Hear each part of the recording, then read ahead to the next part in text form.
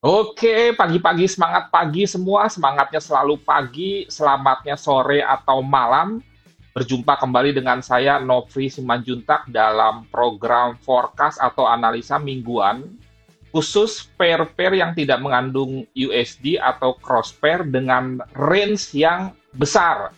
Saya sudah menyampaikan forecast mingguan untuk GJ, kemudian GA, GCAD, dan juga EA atau Euro Out. Kali ini saya akan membahas bagaimana pergerakan kira-kira Euro CAD, ECAD untuk 1 minggu ke depan dari tanggal 15 hari Senin sampai hari Jumat 19 November. Ingat, yang namanya forecast itu belum terjadi, sehingga bentuknya adalah ramalan, tapi tentunya ada dasar ilmiahnya. Baik itu menggunakan sentimental, fundamental, teknikal, dan kalau saya mengkombinasikan tiga-tiganya. Kemudian juga 5 pair ini memang range-nya paling besar di luar gold tentunya dan juga GBP USD, tetapi GBP USD itu kan major pair artinya mengandung USD. Kita akan bahas besok hari Minggu sama 5 video juga, baik itu EU dengan dolar indeksnya, kemudian gold, GU, USD, JPY. Video ini video yang terakhir untuk hari ini karena sudah 5 video. Saya takut kalau lebih dari 5 video itu di-ban oleh YouTube, dianggap spam. Oke, langsung saja kita intro dulu sejenak.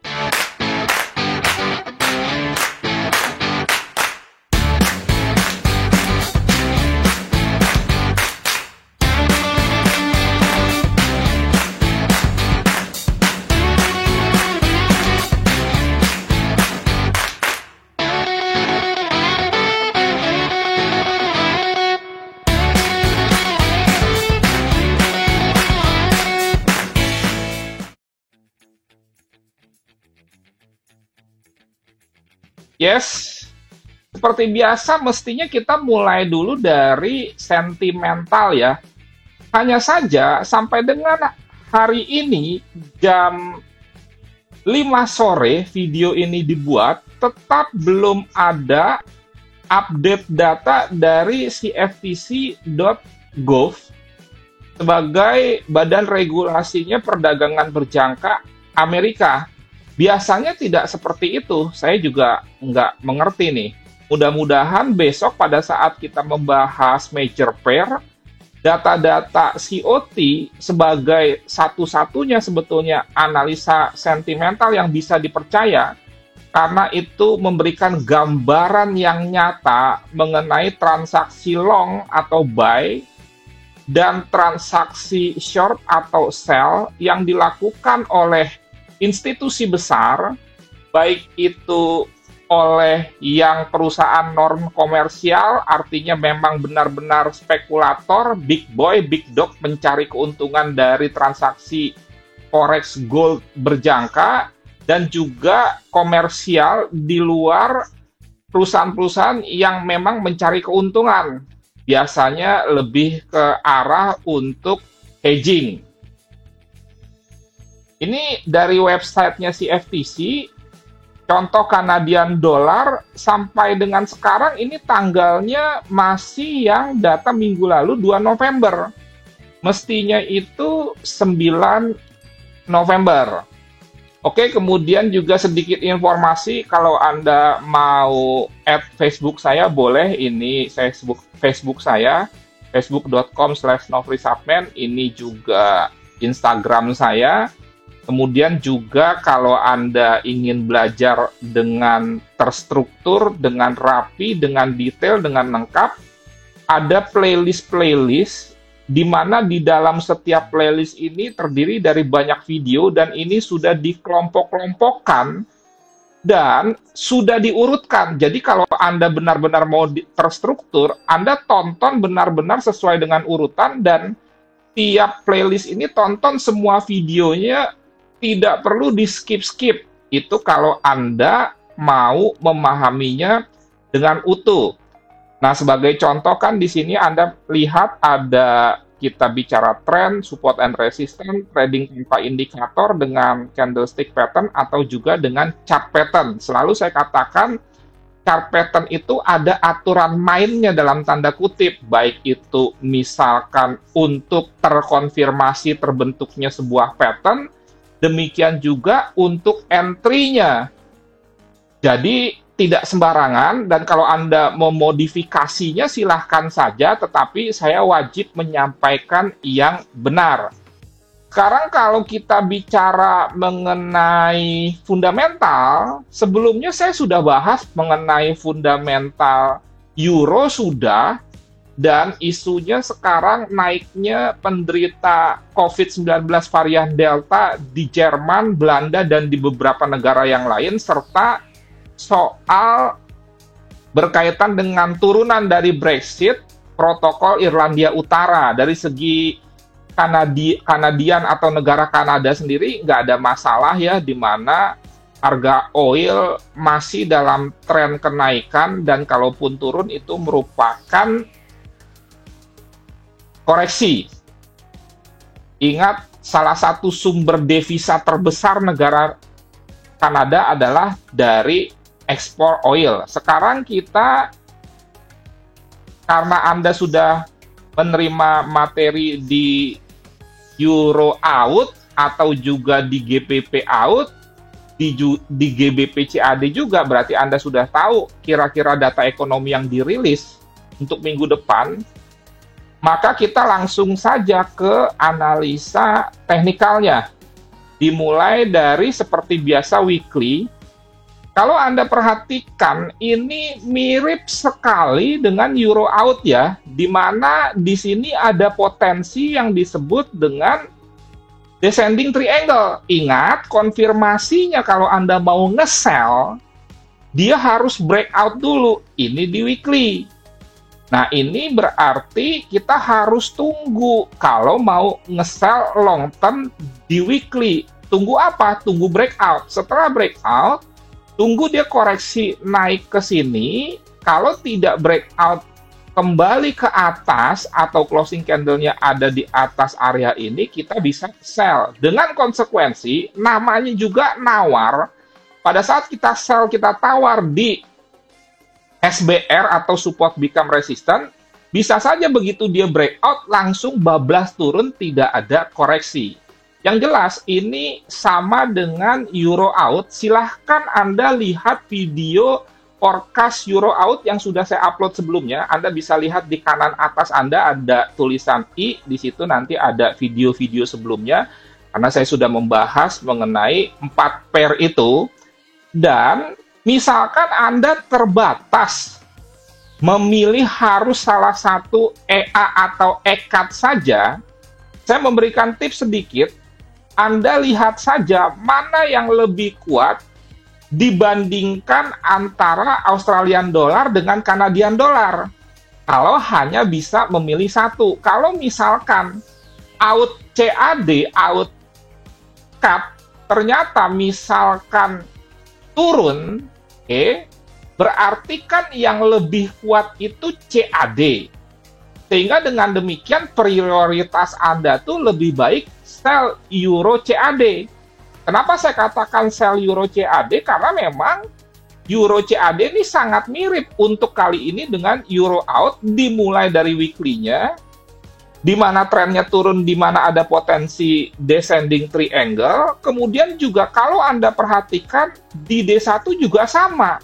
Kalau kita combine 5 EMA untuk menentukan tren, closing candle di bawah semua EMA, kemudian EMA 10 paling bawah, ini jelas kecenderungannya bearish kuat. Cuma nanti kita harus kembali lagi memperhatikan di weekly-nya ada strong support di mana itu akan menghambat penurunannya. Kalau kita bandingkan euro dengan Kanada sih, saya lihat ekonomi Kanada sejauh ini lebih tidak ada masalah dibandingkan dengan euro. Sekarang kita tajamkan turun ke H4, sedikit tambahan informasi lagi melengkapi yang di mana Anda membutuhkan mentoring dalam kaitannya dengan trading forex gold. Ini slide yang keempat. Sebelumnya saya sudah sampaikan bahwa kelas baru itu akan ada start 6 Desember, sisa 6 seat, 9 sesi, jam 7 sampai 9 malam dengan Zoom, dan tahun depan Januari 2022 biaya coaching akan naik sesuai dengan naiknya inflasi. Kan seperti itu biasanya. Kemudian tadi saya sudah menjelaskan materinya. Saya juga sudah menjelaskan mengenai mengenai untuk siapa coaching ini sekarang adalah fasilitas dan nilai lebihnya, yaitu support seumur hidup. Artinya Anda akan terus dibimbing oleh saya selama saya masih trading, ada signal gratis, tentunya dengan trading plan yang lengkap, free analisa teknikal, fundamental, dan sentimental, bebas ikut kelas. Artinya kalau Anda ada halangan atau Anda masih belum ngerti, Anda bisa ikut kelas-kelas berikutnya tanpa biaya dan bebas berapa kali pun. Ada juga program cicilan dengan Tokopedia, biasanya ini menggunakan kartu kredit juga. Dan ada trading bareng, materi modul lengkap, kita punya 6 modul. Ada juga grup sharing bahwa yang namanya trader itu harus punya komunitas, tapi komunitas yang benar tentunya, karena pergaulan buruk akan merusak kebiasaan baik. Oleh karena itu, di samping perlu mentor, Anda juga perlu yang namanya komunitas. Dan kalau Anda berminat, WA saya 0811992989. Oke, sekarang kita kembali lagi membuat rencana entry-nya, skenario entry-nya itu hanya satu saja, di mana kita mau nge-sell di sini. Tetapi, kalaupun Anda memanfaatkan koreksi jika hari Senin naik, silakan saja Anda buy, karena memanfaatkan koreksi itu boleh-boleh saja. Yang tidak boleh adalah Anda tidak tahu bahwa itu koreksi, Anda anggap itu sebagai major trend. Padahal untuk euro out dan euro cap ini semua time frame itu trennya seragam atau sama, yaitu bearish. Nah, ini area sell. Area sell ini bertahan dari sebelum-sebelumnya beberapa kali ini ya. Kemudian juga kalau Anda perhatikan di samping ada history high sebelumnya, ini juga ada EMA 200 nih di H4, sehingga ini menjadi resisten kedua, di samping adanya yang disebut dengan history high sebelumnya, ini beberapa kali, dan ini sebetulnya bisa kita edit menjadi seperti ini kira-kira. Kita ambil saja mana yang menjadi high-nya. Ini saya edit.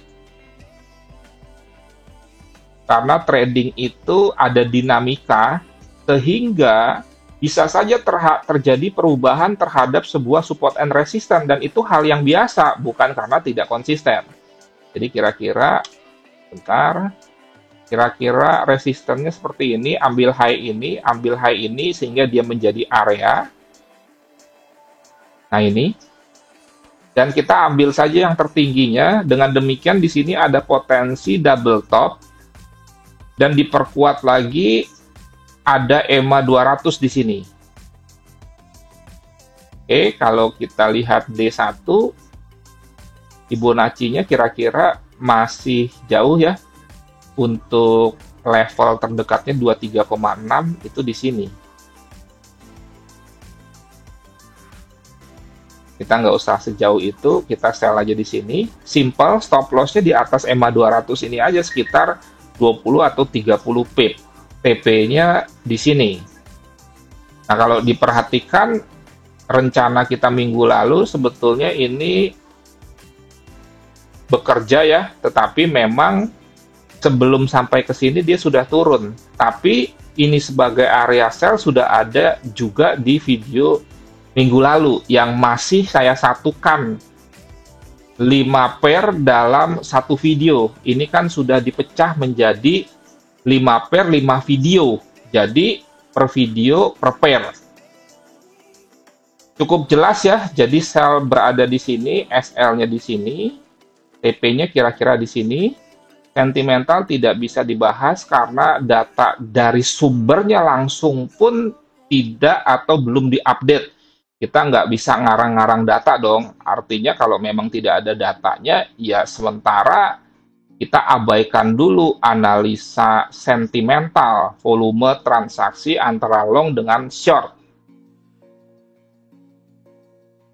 Yes, semoga bermanfaat dan menjadi berkat. Nantikan video-video berikutnya. Bitcoin tidak bisa saya sampaikan hari ini karena maksimal 5 video saja.